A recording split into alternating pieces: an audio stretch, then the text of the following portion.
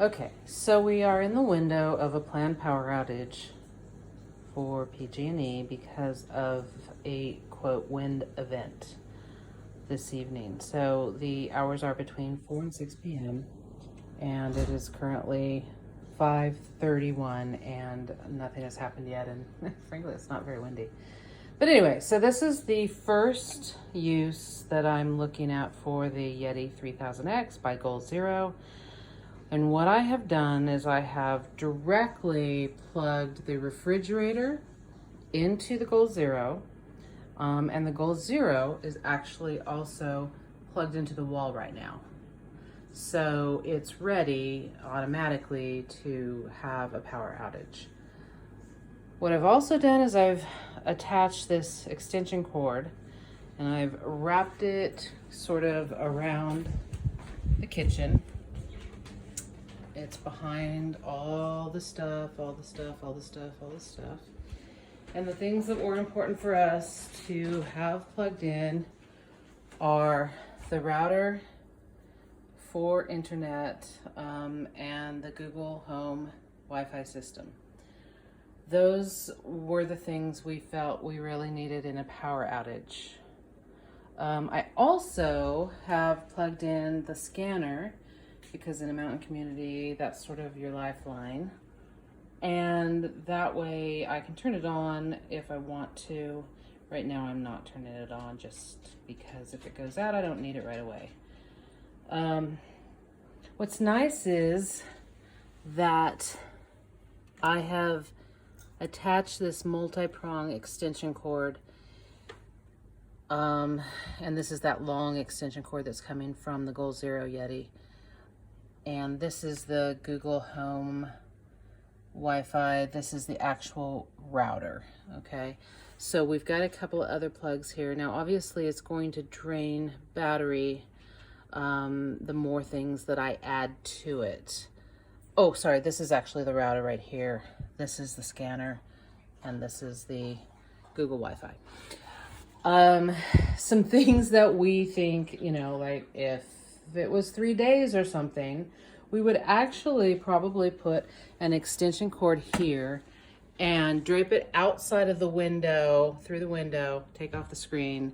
And downstairs is where our hot water heater, which is on demand, is. So, we don't need a shower for a couple of days, but if it's the last time we had a planned power outage here, which was just like 3 weeks ago, it literally was 3 days and it was time for a shower. So we could at least do that if we wanted to. I don't know why the battery continues to say sort of 98%.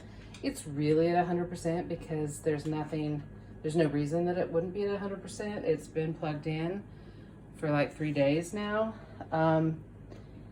And the output currently is 181 watts, 170 watts. You can see it keeps changing. That's based on, I think the compressor is going right now on the refrigerator, right? So if the refrigerator is not actually having the compressor going, then the output is a lot less. If you were to unplug, so I'll do it. So I'm unplugging the refrigerator now, and the output is 9 watts, right? Just for the modem and the Google Wi-Fi. So what we're going to do is figure out how many hours we actually need to have the refrigerator / freezer plugged in, because clearly that's what takes the most output. And as it kicks back on, there's this cycle of 1.5 times its actual output of wattage. This is 3,000 watts, so we should be fine no matter what. But if we plan this correctly, we'll actually be able to have, I could probably have 3 to 4 days of the refrigerator running and the internet running just by unplugging the refrigerator. I think there's like either a 1 to 4 or 2 to 4 You keep it plugged in for an hour, you unplug it for, I don't know, 3 to 4 hours, but we're gonna play around with that.